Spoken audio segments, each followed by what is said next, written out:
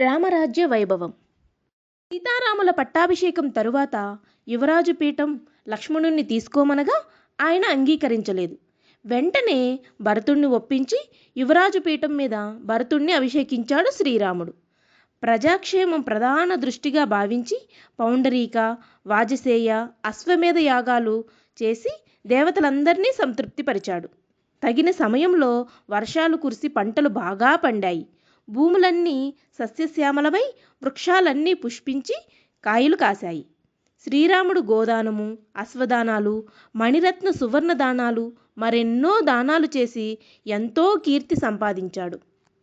రామరాజ్యంలో అనాథలు లేరు. దొంగతనాలు, మోసాలు, భయాల్లాంటివి ఏమీ లేవు. ప్రజలందరూ ధర్మపరులు, సత్యవాక్పాలకులే. లోభం, మోహం లేని దానపరాయణులు. శ్రీరాముని పరిపాలనలో ప్రజలందరూ సుఖసంతోషాలతో ఆనందించారు. మనుష్యులందరూ ఐకమత్యంగా జీవితం గడుపుచున్నారు. రామరాజ్యంలోని ప్రజలకు కలలో కూడా కష్టం అనేది తెలియదు. భర్తలను ఎదిరించే భార్యలు, తల్లిదండ్రులను ధిక్కరించే పుత్రులు, గురువులను ఎదిరించే శిష్యులు రామరాజ్యంలో మచ్చుకైనా కనబడరు. కలహాలు, రోగాలు అంటే ఏమిటో తెలియదు. ప్రజల సంపూర్ణ ఆరోగ్యంతో నిండు నూరేళ్లు జీవించారు. ప్రజలు శ్రీరాముని పాలనలో తల్లిదండ్రులను మరిచిపోయారు. కొద్ది కాలంలోనే అయోధ్య నగరం రామరాజ్యంగా పేరు పొందింది.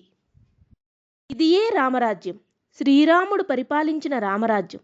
ప్రజలందరినీ కన్న బిడ్డల వలె చూస్తూ, కంటికి రెప్పలా కాపాడుతూ, బంధుప్రీతి, అశ్రిత పక్షపాతం లేకుండా ధర్మపాలకుడై భరత, లక్ష్మణ, శత్రుఘ్నుల సేవలందుకుంటూ ఆదర్శ ప్రభువైనాడు శ్రీరాముడు. ఆయనే అయోధ్య రాముడు, జగదభిరాముడు, పావన రాముడు, పట్టాభిరాముడు, దశరథ తనయుడైన రఘురాముడు. శ్రీరాముడు మానవలోకానికి ఆదర్శ పురుషుడు, పూర్ణ పురుషుడు. ఆయనే పురుషోత్తముడు. భద్రుడు తెలిపిన దుర్వార్త. రామరాజ్యంలో గూఢాచారులకు నాయకుడు భద్రుడు. ప్రతిరోజు అర్ధరాత్రి దాటిన తరువాత అతడు రాముణ్ణి కలుసుకుని ప్రజల్లోని అంతర్యాలు విప్పి చెప్పేవాడు. అలాగే ఒకనాటి రాత్రి భద్రుడు రాముని రహస్య మందిరంలో కలిసి నమస్కరించాడు. భద్రా, నీకోసమే ఎదురు చూస్తున్నాను. ఈనాటి విశేషాలు ఏమి అని చిరునవ్వుతో అడిగాడు రాముడు. భద్రుడు మెల్లగా, మహారాజా, విశేషాలంటూ ఏమీ లేవు. శ్రీరాముని వంటి మహారాజు ఈ భూప్రపంచం నందే లేడు అని, దశరథ మహారాజు పరిపాలన కన్నా మిన్నగా ఉన్నదని ప్రజలు మెచ్చుకుంటున్నారు అన్నాడు. అది మామూలు పొగడ్తా? అది కాకుండా మరేమైనా విషయం ఉంటే చెప్పు అన్నాడు శ్రీరాముడు. పొగడ్తలు తప్ప మరేమీ లేవు కానీ అని నసిగాడు భద్రుడు. భద్రా, సందేహించకు. నీవు విన్నది విన్నట్టు, చూసినది చూసినట్టు తెలియజేయి. రామరాజ్యంలో అసత్యానికి తావులేదు. చెప్పు భద్రా, చిరుకోపంతో అన్నాడు శ్రీరాముడు. భద్రుడు భయపడుతూనే, మహారాజా, నగరమంతా తిరిగి చివరిగా ఒక చాకలి పేటకు వెళ్ళాను. ఆ పేటలో ఒక చాకలివాడు తప్పతాగి భార్యను కొడుతున్నాడు. అది గమనించిన నేను అడ్డు వెళ్ళి ఆపాను. నేను రాజుభటునని అతనికి తెలియదు. పుట్టింటికి వెళ్ళిన తన భార్యను నడి బజారులో నిలిపి అవమానించి, పుట్టింటికి వెళ్ళి నెల రోజులు గడిపి వచ్చిన దాన్ని నేను ఎలా ఏలుకోను? పొమ్మంటున్నాను. పరాయివాడు ఎత్తుకుపోయిన పెళ్ళాన్ని తెచ్చి ఏలుకుంటున్న ఎర్రి రాముడు అనుకుంటున్నావా అని నన్ను 4 మాటలు అని, మా ఆలుమగల కయ్యంలో కాలు పెట్టడానికి నీవు ఎవరు పో అన్నాడు అని దీనంగా భద్రుడు చెప్పగానే రాముడు నిర్ఘాంతపోయాడు. ఆ మాటలకు ఎంతో ఆవేదన చెంది భద్రుణ్ణి వెళ్ళిపోమ్మన్నాడు. రాముడు అంతఃపుర మందిరంలో నిద్రిస్తున్న సీతను చూసి కంటనీరు పెట్టుకున్నాడు. కొద్దిసేపు మౌనంగా ఉండి ఒక నిర్ణయానికి వచ్చి ద్వారపాలకుని పిలిచి లక్ష్మణుణ్ణి తక్షణమే నా మందిరానికి రమ్మని కబురు పంపాడు. లక్ష్మణుడు అన్నగారి కబురు అందుకుని వెంటనే శ్రీరాముణ్ణి కలిసి నమస్కరించి నిలబడ్డాడు. జరిగిన విషయం లక్ష్మణునితో చెప్పి, లక్ష్మణ, కొద్ది రోజుల క్రితం మీ వదిన గంగా తీరాన ఉన్న ముని ఆశ్రమాలకు వెళ్ళి మునికాంతలను చూడాలని కోరింది. ఆ నెపంతో తెల్లవారేసరికి ఆమెను వాల్మీకి ఆశ్రమం వద్ద వదిలిరా అన్నాడు గంభీర వదనంతో రాముడు. ఆ మాటలు విన్న లక్ష్మణుడు దుఃఖిస్తూ, అన్నా, నెలలు నిండిన నిండు చూలాలిక ఈ దురవస్థ, అగ్ని పునీత అయిన సీతామాతక దేశ బహిష్కరణ. ఎవరో నీతిమాలినవాడు తప్పతాగి మాట్లాడిన మాటలు పరిగణలోకి తీసుకోవడమా? ఆ తల్లికి అసత్యం చెప్పి ఈ పని నేను చేయలేను దుఃఖిస్తూ అన్నాడు లక్ష్మణుడు. లక్ష్మణ, ప్రజల విమర్శకు కట్టుబడి నిర్ణయించాను. ఇది రామాజ్ఞ, తిరుగులేని నిర్ణయం. ఈ పని నీ వల్లనే జరగాలి అనే దుఃఖస్వరంతో చెప్పి అక్కడి నుండి వెళ్ళిపోయాడు శ్రీరాముడు. లక్ష్మణుడు సీతాదేవిని అడవిలో విడుచుట. తెల్లవారుతుండగా లక్ష్మణుడు సీతామాతను రథంపై తీసుకుని గంగానది తీరానికి తీసుకువెళ్ళి పడవ మీద ఆవలిగట్టున ఉన్న వాల్మీకి ముని ఆశ్రమం సమీపంలోని అడవుల్లో వదిలిపెట్టాడు. అమ్మ, రఘువంశరాజులు అపనిందులెరుగరు. ప్రజావాక్కు వారికి శిరోధార్యం. లోకోపవాదం వల్ల మహారాజు ఆజ్ఞానుసారం ఏ పాపం ఎరుగని నిన్ను ఇక్కడ వదిలిపెట్టవలసి వస్తుంది అని సీతకు పాదాభివందనం చేసి దుఃఖిస్తూ వెనుదిరిగాడు లక్ష్మణుడు. అప్పుడు సీత ఆశ్చర్యంతో దుఃఖంతో, నాకు బహిష్కరణమా? ఏమిటి విపరీతము అని కన్నీరు మున్నీరుగా ఏడ్చింది సీతాదేవి. పూర్వజన్మలో ఏ దంపతులను ఎడబాపినాను ఆ పాపం ఊరకనే పోతుందా? రామయ్యను వదిలి ఒంటరిగా అడవికి ఎందుకొచ్చావు సీతమ్మ అని మునికాంతలు అడిగితే వారికి ఏమని సమాధానం చెప్పగలను? పతిని ఎడబాసి క్షణం కూడా ఉండలేని నేను ఇప్పుడు ఎలా జీవించగలను అని శోకదేవతలా ఏడుస్తుంటే ఆ దారినే పోతూ ఉన్న వాల్మీకి మహాముని ఆమె ఏడుపు విని అక్కడకు వచ్చి విషయం గ్రహించి, అమ్మా సీతాదేవి, ఏడవకు తల్లి, సమయం వచ్చినప్పుడు నేనే నిన్ను ఆ శ్రీరామచంద్రుని వద్దకు చేరుస్తాను అని ఆమెను ఓదార్చి తన ఆశ్రమానికి తీసుకుని వచ్చి ఆశ్రమంలోని మునికాంతలకు అప్పగించాడు. మునికాంతలు సీతాదేవిని కంటికి రెప్పలా కాపాడుచున్నారు. వాల్మీకి ఆమెను తండ్రి వలె ఆదరించాడు. కుశలవుల జననం. సీతాదేవి వాల్మీకి ఆశ్రమంలో పచ్చని ప్రకృతి శోభను తిలకిస్తూ మునికన్యల పరిచర్యల మధ్య ఏ లోటు లేకుండా కాలం గడుపుతుంది. నెలలు నిండాయి. ఒక శుభముహూర్తంలో పన్నంటి 2 కవల పిల్లలను కన్నది. ఆ చిన్నారులు సూర్యుని తేజస్సు మించిన వదనంతో వెలిగిపోతున్నారు. సమస్తమూ తెలిసిన వాల్మీకి మహర్షి వారిద్దరికీ లవుడు, కుశుడు అని నామకరణం చేశాడు. సీతాదేవి ఆ 2 కవల పిల్లలను అతి ప్రేమగా పెంచుతున్నది. శుక్లపక్ష చంద్రుని వలె వారిద్దరూ దినదిన ప్రవర్ధమానులై 5 ఏళ్ల వయసు వారయ్యారు. వాల్మీకి రఘువంశ సంప్రదాయం ప్రకారం ఒక మంచి శుభముహూర్తాన లవకుశులకు అక్షరాభ్యాసం చేశాడు. కొద్ది కాలానికే కుశలవుల అన్ని విద్యల్లో ఆరితేరారు. మహర్షి బోధించిన అన్ని విషయాలను తెలుసుకున్నారు.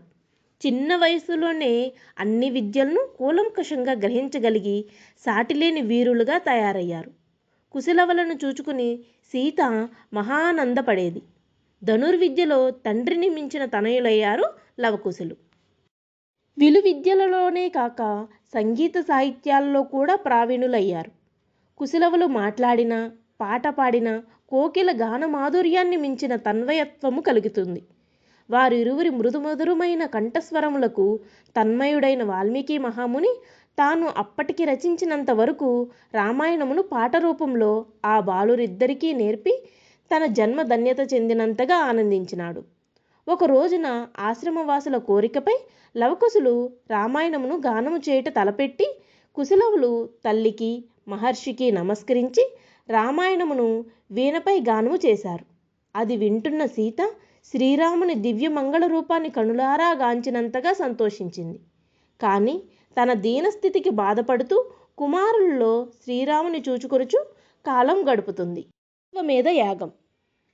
శ్రీరాముడు తన కులగురువైన వశిష్ఠ మహర్షిని పిలిపించి, మహర్షి, బ్రాహ్మణుడైన రావణుని వధించినందువల్ల బ్రహ్మహత్య పాతకం పోవడానికి ఏమి చేయాలి? నాకు మనశ్శాంతి లేకుండా పోయింది అన్నాడు. అందుకు వశిష్ఠుడు, అశ్వమేధం యాగం ఒక్కటే దాన్ని నిరోధించగలదు అన్నాడు. అశ్వమేధం సతీ సమేతంగానే నిర్వహించాలి. మరి సీత లేదు, నేను ఏకపత్ని వ్రతుడను, అది నాకు సాధ్యం పడదు కదా అన్నాడు శ్రీరాముడు. వశిష్ఠుడు ఆలోచనలో పడ్డాడు. బాగా ఆలోచించి చివరకు ఒక నిర్ణయానికి వచ్చి మహామంత్రిని పిలిపించి బంగారంతో సీత ప్రతిమను చేయమని ఆజ్ఞ ఇచ్చాడు. ఒక మంచి ముహూర్తాన సరయూ నది తీరాన అశ్వమేధ యాగం ప్రారంభించాడు. ఒక తెల్లటి మంచి అశ్వాన్ని తెప్పించి విధిగా పూజా కార్యక్రమాలు నిర్వహించి అశ్వం నుదుట వీరఘట్టం కట్టి వదిలారు. ఆ అశ్వరక్షణ కోసం శత్రుఘ్నునితో పాటు కొంత సైన్యం కూడా ఇచ్చి పంపాడు. కుశలవులు అయోధ్య చేరుట. అయోధ్యలో శ్రీరాముడు అశ్వమేధ యాగం చేయుచున్నట్లుగా విన్న కుశలవులు అది చూడాలని వాల్మీకి వద్దకు వచ్చి, గురువర్యా, శ్రీరామచంద్రుడు అశ్వమేధ యాగం చేయుచున్నాడట. మేము అయోధ్యకు వెళ్ళి శ్రీరామచంద్రుణ్ణి, ఆయన చేసే యాగాన్ని చూసి వస్తాము. మమ్మల్ని ఆశీర్వదించండి అని కోరారు. కుశలవులు కుతూహలం గమనించిన వాల్మీకి, నాయనలారా, క్షేమంగా వెళ్ళిరండి. మీ తల్లి దీవెనలు కూడా తీసుకుని వెళ్ళండి. మీకు అన్ని విధాలా జయం కలుగుతుంది అని చెప్పాడు. ఆ సమయమున అక్కడకు వచ్చిన సీతాదేవి మహర్షి మాటలు విని, పసిబాలురను అక్కడకు పంపుట ఉచితము కాదేమో మహాత్మా అన్నది. అమ్మా జానకీదేవి, నీ కుమారుల శక్తి సామర్థ్యాలు తెలిసి కూడా చింతించుచున్నావా? వారు ఎక్కడికి వెళ్ళినా విజయులై తిరిగి వస్తారు అని కుశలవులతో, నాయనలారా, మీరు మీ వీణలను కూడా తీసుకుని అయోధ్యలో రామాయణమును మృదుమధురంగా గానం చేసిరండి అని చెప్పి ఆశీర్వదించి పంపించినాడు. అయోధ్య చేరిన కుశలవులు రామాయణమును గానం చేయుచు యజ్ఞశాల వద్దకు చేరుకున్నారు. ఆ బాలకుల గానం విన్న సుమంత్రుడు వారిని యాగశాలలోకి తీసుకుని పోయి విషయం తెలిపినాడు. అచ్చటనే ఉన్న కౌసల్య, లక్ష్మణులు ఆ బాలకుల దివ్య తేజస్సును చూసి ఆశ్చర్యచకితులై, వీరు ముని బాలకులా అని సందేహించి ఆశ్చర్యపడినారు. భరతుని ఆదేశానుసారం కుశలవులు రామాయణమును గానం చేయడం మొదలుపెట్టినారు. ఆ గానం విన్న ప్రతి ఒక్కరూ ఆ కథ తమ కనుల ముందు జరుగుచున్నట్లుగా తన్మయత్నం చెందుచున్నారు. యాగదీక్షలో ఉన్న శ్రీరామునకు కుశలవుల గానం వినిపించి, ఈ మధుర గానం చేయువారు ఎవరు అనుకునుచు వచ్చి వారి ఎదుట నిలిచారు. అవకుశులు క్రమముగా బాలకాండం మొదలు యుద్ధకాండం వరకు గానం చేసిన కుశలవులు మోమున విచార రేఖలు తాండవించుచుండగా సీతాదేవి అగ్ని ప్రవేశ ఘట్టమును వివరించిన పద్ధతి అందరూ దిగ్భ్రాంతులు చేసి కంటి వెంట నీరు తెప్పించినది. తరువాత మరల శ్రీరాముని పట్టాభిషేక మహోత్సవమును విని సంతోషవదనులై గానము చేయుచున్న ఆ బాలుర నైపుణ్యానికి, గాన మాధుర్యానికి అందరూ ఆనందించారు.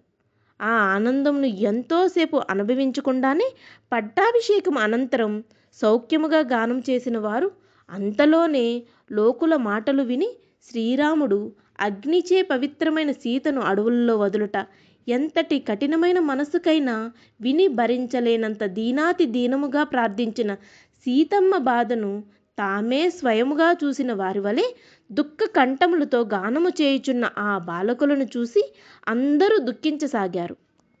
కౌసల్య లక్ష్మణుల దుఃఖాన్ని వేరుగా చెప్పనవసరం లేదు. శ్రీరాముడు అచట నిలువలేక తన విశ్రాంతి మందిరమునకు వెళ్ళి సీత యొక్క బంగారు విగ్రహం వద్ద నిలిచి ఎంతో దుఃఖంతో విలపించినాడు. గానం పూర్తి చేసిన కుశలవులను దగ్గరకు తీసుకుని అక్కున చేర్చుకున్న కౌసల్య లక్ష్మణులు వారిలో సీతారాముల పోలికలను చూసి ఒకవేళ వారు సీతకుమారులేమోనని అనుమానించి, నాయనలారా, ఈ రామాయణపు కథాసారాన్ని మీకు ఎవరు నేర్పినారు అని అడిగారు. అంతలో రామాజ్ఞచే భరతుడు తెచ్చిన కానుకలను తీసుకుని లక్ష్మణుడు వారికి ఇవ్వబోయాడు. అది చూసి కుశలవులు, మహాత్మా, ఆశ్రమంలో నివసించే మాకు ఈ కానుకలెందుకు? మా తల్లి గురువర్యుల ఆజ్ఞానుసారం శిరసా వహించి గానము చేశామే గాని మీ అందు ఉన్న గౌరవంతోటి కాదు. రామాయణ కథా శిరోమణి జానకీదేవిని అడవిపాలు చేయగలిగిన ఆదర్శ పురుషుడు, ప్రజాపాలకుడు అయిన శ్రీరామచంద్రుని ఒడ్డు పొడుగు చూసి వెళ్దామని వచ్చామే గాని మీరు ఇచ్చే కానుకలను స్వీకరించుటకు కాదు అన్నారు. ఇక మేము వచ్చిన పని పూర్తి అయినది. మా తల్లి మా కొరకు ఎదురు చూస్తూ ఉంది అని చెప్పి వెళ్ళిపోయారు. లవుడు యాగాశ్వాన్ని బంధించుట. అయోధ్య నగరాధీశుడు అయిన శ్రీరామచంద్రుని యాగాశ్వాన్ని పట్టగల వీరులు ఎవరున్నారు అని అందరూ అనుకుంటున్నారు. దేశదేశాలు తిరుగుతుంది అశ్వం. రాజులందరూ దాసోహం అన్నారు. ఒకనాటి సాయంత్రం వేళ అశ్వం గంగానది తీరాన ఉన్నది. అచ్చట ముని బాలకులతో ఆటలాడుకుంటున్న లవుడు ఆ అశ్వాన్ని చూశాడు. దాని అందానికి ముగ్ధుడై లవుడు ఆ అశ్వాన్ని పట్టుకుని దాని నొసట ఉన్న వీరఘట్టం చదివాడు. అయోధ్య నగరాధీశుడు, వీరమాత అయిన కౌసల్యాతనయుడు, లోకకంటకుడైన రావణుని సంహరించిన వీరాది వీరుడు శ్రీరాముడు వదిలిన అశ్వం ఇది. వీరులెవరైనా దీన్ని పట్టవచ్చు. దానిపై వ్రాసి ఉంది. అది చదివిన లవునకు కోపం వచ్చింది. శ్రీరాముని కన్నతల్లి వీరమాత అయితే లవకుశులను కన్న తల్లి సీత వీరమాత కాదా? తన వీరత్వంను తెలియజేసి సీతామాతకు కూడా వీరమాతగా కీర్తిని సంపాదించి పెడతాను. ఈ అశ్వాన్ని విడిపించే వీరుడెవడో అని ఆ అశ్వాన్ని బంధించి ఆశ్రమానికి తీసుకువస్తున్న సమయమున అశ్వరక్షణకు వచ్చిన శత్రుఘ్నుడు లవునితో యుద్ధం చేశాడు. లవుడు మూర్ఛపోయాడు. అది గమనించిన మునిబాలకులు గబగబా ఆశ్రమానికి పోయి జరిగిన విషయం కుశునితో చెప్పారు. కుశుడు విల్లంబులు తీసుకుని శత్రుఘ్నునితో యుద్ధం చేసి శత్రుఘ్ని ఎదిరించి లవుణ్ణి అశ్వాన్ని తీసుకుని ఆశ్రమానికి కొంత దూరంలో ఒక చెట్టుకు కట్టివేశాడు. లక్ష్మణ భరతులతో కుశలవల యుద్ధం. యాగాశ్వాన్ని మునికుమారులు బంధించి అడ్డుకున్న శత్రుఘ్నుని మూర్ఛిల్లి చేశారని తెలిసి శ్రీరాముడు ఆశ్చర్యపోయాడు. భరతుణ్ణి పంపి యాగాశ్వాన్ని విడిపించి తీసుకురమ్మన్నాడు. భరతుడు లవకుశులను ప్రాధేయపడుతూ అశ్వాన్ని విడవమని చెప్పాడు. అయినా వారు పట్టు విడవలేదు. తప్పదని గ్రహించి లవకుశులతో భరతుడు యుద్ధం చేశాడు. లవకుశుల చేతుల్లో భరతుడు కూడా పరాజయం పొందాడు. భరతుడి పరాజయం విషయం గ్రహించి లక్ష్మణుడు యాగాశ్వాన్ని విడిపించడానికి బయలుదేరాడు. ఆశ్రమ సమీపానికి వస్తూనే లక్ష్మణుడు ముని బాలకులైన లవకుశులను చూచి వీరు సీతామాత కుమారులు కాదు కదా అని మనసులో అనుకున్నాడు. సీతామాతను వదిలిపెట్టిన ప్రదేశం అది అని గుర్తించాడు. వాల్మీకి ఆశ్రమంలోని మునికుమారులు ఇంతటి వీర పరాక్రమవంతులా తనలో తానే అనుకున్నాడు. లక్ష్మణుడు రథం దిగి లవకుశులను చూసి, బాలకులారా, ఇది శ్రీరామచంద్రుని యాగాశ్వం. నేను శ్రీరాముని సోదరుడను. నా పేరు లక్ష్మణుడు అని పరిచయం చేసుకున్నాడు. అందుకు లవకుశులు, లక్ష్మణ, నీవు వీరుడువైతే మమ్ములను జయించి యాగాశ్వాన్ని విడిపించుకుపో. అంతేకాని మాకేదో శాంతి వచనాలు చెప్పి యాగాశ్వాన్ని తీసుకుపోవాలనుకోవడం వీరుని లక్షణం కాదు అన్నారు. లక్ష్మణునికి ఆ బాలకులు సీతామాత కుమారులే అనే అనుమానం మరింత బలపడుతుంది. అలా ఆలోచిస్తూ సమాధానం చెప్పలేకపోయాడు లక్ష్మణుడు. పిరికివాని వలె మాటలతో కాలక్షేపం చేస్తున్న నీవు వీరుడివేనా? వీరమాత పుత్రుడివేనా? మీ తల్లే కాదు, మా తల్లి కూడా వీరమాత అని రుజువు చేయడం కోసమే మేము ఈ అశ్వాన్ని బంధించాము అన్నారు లవకుశులు. బాలకులారా, మీ తల్లి పేరు ఏమి నాయనా అన్నాడు లక్ష్మణుడు. మాటలొద్దు, చేతనైతే యుద్ధం చేసి అశ్వాన్ని విడిపించుకో, లేకపోతే ఓటమిని అంగీకరించి వెనుదిరిగిపో అన్నారు లవకుశులు. కోపంతో లక్ష్మణుడు వింటిని సారించాడు. లవకుశులు యుద్ధానికి సిద్ధమైనారు. లక్ష్మణుడు దివ్యాస్త్రాలను ప్రయోగిస్తున్నాడు. లవకుశులు వాటిని ఛేదిస్తున్నారు. లవకుశులు ప్రయోగించిన బాణాలు లక్ష్మణుని కిరీటాన్ని పడగొట్టాయి. లక్ష్మణుడు కోపంతో దివ్యాస్త్రాన్ని వదిలాడు. లవకుశులు దాన్ని ముక్కలు చేశారు. లవకుశులు వదిలిన దివ్యాస్త్రానికి లక్ష్మణుడు కూడా మూర్ఛపోయాడు. వార్తాహరులు శ్రీరామునికి ఈ విషయం తెలియజేశారు. శ్రీరాముడు నిశ్చేష్యుడైనాడు. సీతా వియోగంతో కృంగిపోతున్న రామునికి సోదరుల పరాజయం మరింత విచారం కలుగజేసింది. యాగం పూర్తి చేయడానికి తానే స్వయంగా యుద్ధభూమికి బయలుదేరాడు.